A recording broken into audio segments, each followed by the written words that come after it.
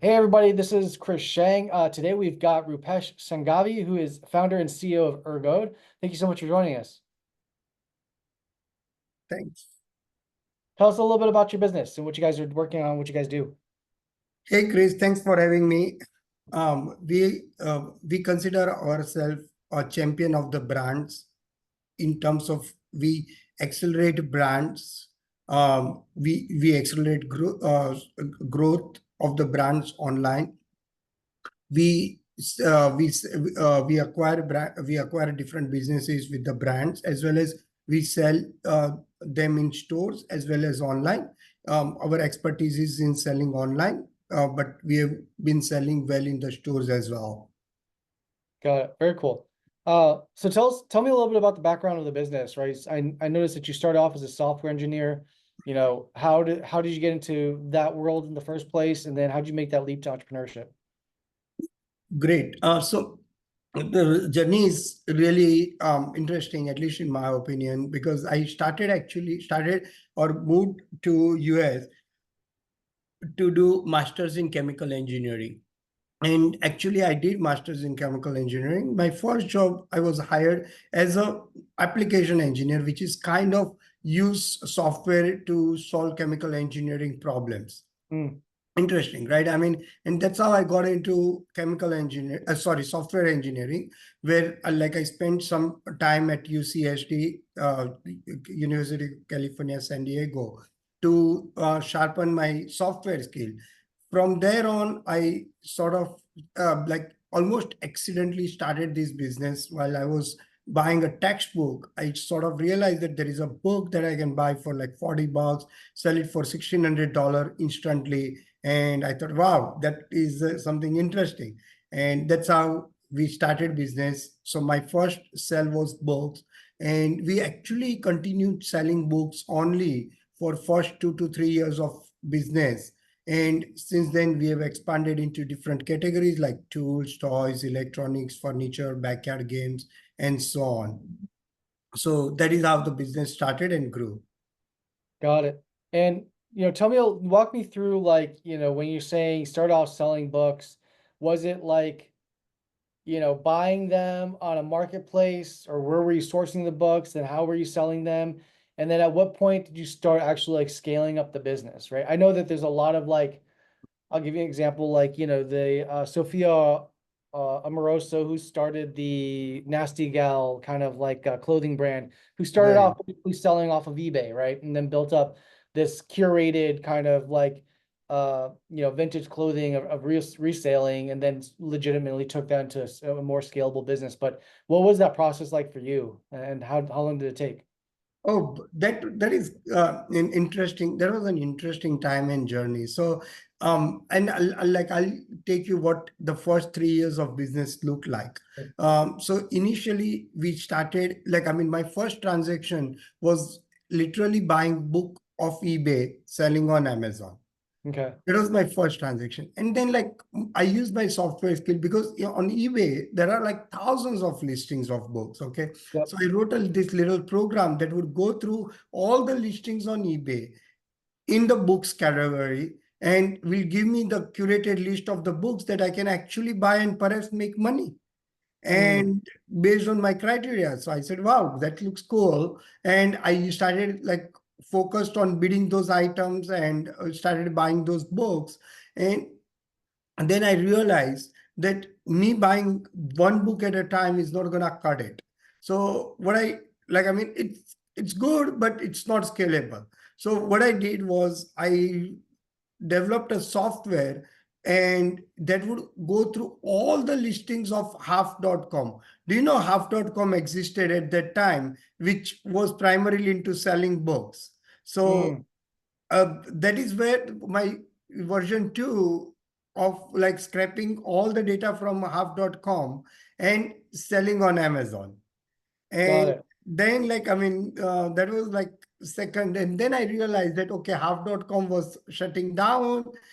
eBay was like hard to scale. And that's when we started to go to publishers and distributors directly and started acquire, like, I mean, making a deal with them that when we sell, they ship.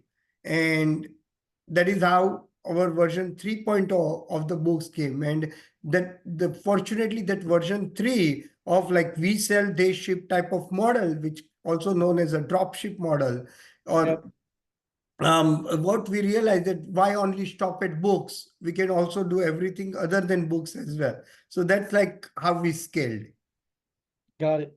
And then when did it go into the acquisition of like other brands, right? And so, and then how did you make the decisions as to what kinds of brands you were looking to acquire? I'm assuming that you probably also built out something to assess trends and markets around, different types of categories that you knew would have a better, perhaps like chance of selling as well as perhaps margins.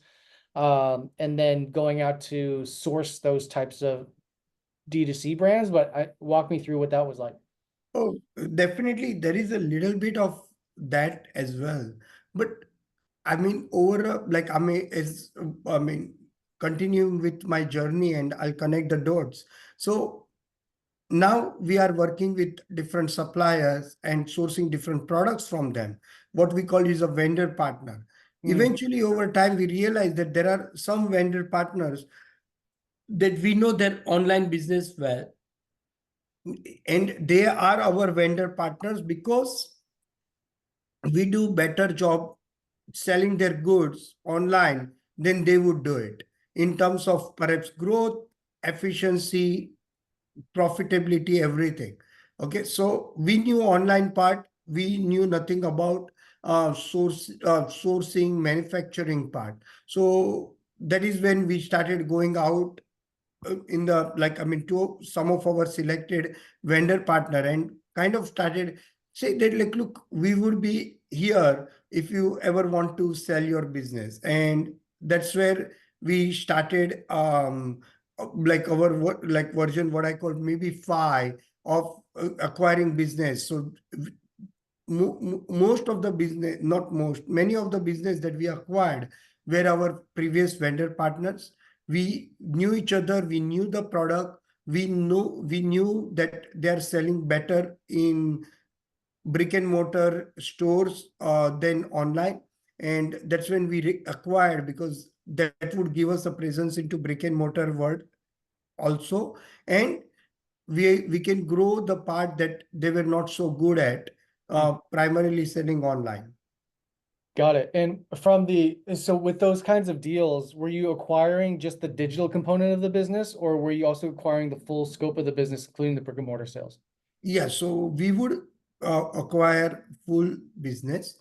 All the businesses we have acquired, we own 100% of it. Fortunately, most of the founders or the key salespeople that were working on the business continue to work with us even to date. So we give them a what I call sweet exit, where they also not only sell our business and make one-time large check, but also they continue to make like help grow the brand, continue to make money, continue to on out from the business. Got it. Interesting. And has that model changed or evolved, I guess, like in the past, few years? You've been working on this business for a long time now, and what are the different cycles, the different evolutions that you've kind of encountered, and yeah, what's kind of changed within the past year or 2 years, and then, what's top of mind for you right now? So I would say that in earlier years, primarily our I mean, we had to keep innovating, changing business as we moved along. But in the second part of the journey, I mean, before, like, I mean, perhaps like 2016 to 2018, 19, I would say were the kind of a stable years. But from 2019 on, like especially 2020 on, our mess, like I mean, Amazon is the elephant in the room when it comes to online selling. And I mean, not for the users, not for the customers like you and me, but for the sellers, Amazon has changed completely. Mm, Almost you can say 180 degree. So Amazon used to be a product platform where the best product would be the winner and would occupy the top spot on the search results. Now it is the highest bidder who pays for the advertisement on Amazon becomes the winner. And Mm, that is the massive change when you think about it in many ways. And we are adopting, learning from those changes even today, because now since Amazon is all ad driven, we have to adapt our strategy, our way, approach to vendor, our pitch to vendor. Everything changes from here on. got it. And so where's where's the business today? How do you feel like you're going to have to evolve to kind of keep up? Like, what are the actual tangible changes you guys have to make? So business is in good place. We are still profitable. We have some headwinds in terms of the top line growth because of, like, I mean, we had to increase our prices and stuff. So I think our business is into good place, good hands. Over a period of time, I think this rapidly evolving technology is definitely going to contribute and play a vital role in how it plays out. In my opinion, we have not realized all the implications of what this new world of AI is going to bring us. Mhm. There are lots of theories from um, creating almost a heaven on the earth, like, that AI will bring, to maybe elimination of humankinds, right? I mean, all kinds of scenarios are out there. And like in terms of e-commerce, I think like people would still need a product, because products are the things that makes our life better, simpler, livable in this modern world. So our selling of item is not going to change in foreseeable future. Perhaps what is going to change is how customers buy the item. Instead of searching, maybe AI will choose the items for them, or AI will assist them in finding the right item.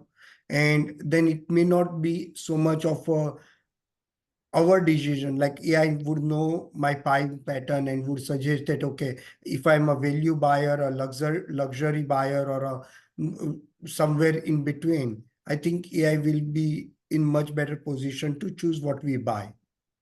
Yeah. And how are you preparing for that? So right now, I mean, we are how do I say? See, our preparation is more in terms of improving efficiency internally so that we can be competitive for the future world. That is the mantra of our business at the moment. Because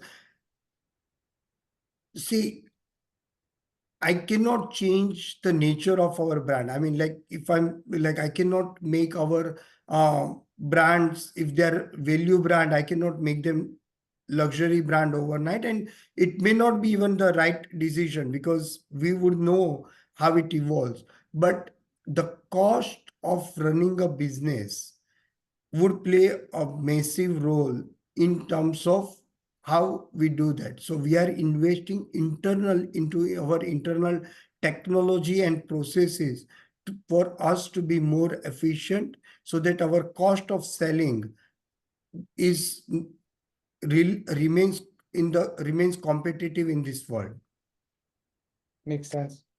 Last kind of question here as we round up on Sure. time, is just around, where do you feel like the different product categories are going to be? Like how, I guess, like how have you noticed like buying behaviors and trends around specific categories, and how do you stay up to date with those? And, you know, is there specific niches that you focused on that you would say you have a stronger understanding of in terms of like those patterns versus others?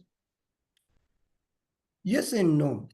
So there are enough of data and software out there to sort of mark item, like, I mean, the biggest mover, the biggest, like, I mean, the highest mover, the highest seller, or like year over year changes and all that. So there are enough of data and software out there to give us that data. In terms of us focusing on, I mean, we continue to call ourselves as uh, uh, perhaps, like, I would say, the king of this Amazon jungle, where Mm, we know how to navigate this digital selling landscape, and be it in terms of advertising, be it in terms of working with their processes, be in terms of optimizing our products on that on the selling platforms, including our own website, Amazon, Walmart, and so on. So we consider ourselves as a selling expert. We tend to, I mean, just because it's easier and more efficient, so we tend to focus on less variation SKUs. So anything away from body, like tools, toys, electronics, like single SKU items, are like we do lot more of than variant SKUs with the variation of color and size. Not that we don't do it, but we do relatively less of it than doing the single SKU, which is our solid expertise. And but I mean, it's irony that like some of our highest or most successful brands are soccer shoes and cleats and shirts with the many more variation. But that's just the irony of business. But in general, we continue to focus on something that can be easily described, because it's much easier to do a search engine optimization on that. And that is how we do it. got it. Very cool. On that note, I want to say thank you so much for taking the time and just sharing your journey as well as like your insights and area of expertise. It's been very useful and great conversation. Thank you. Thank you, Chris. I appreciate your time, and thanks for having me. Of course.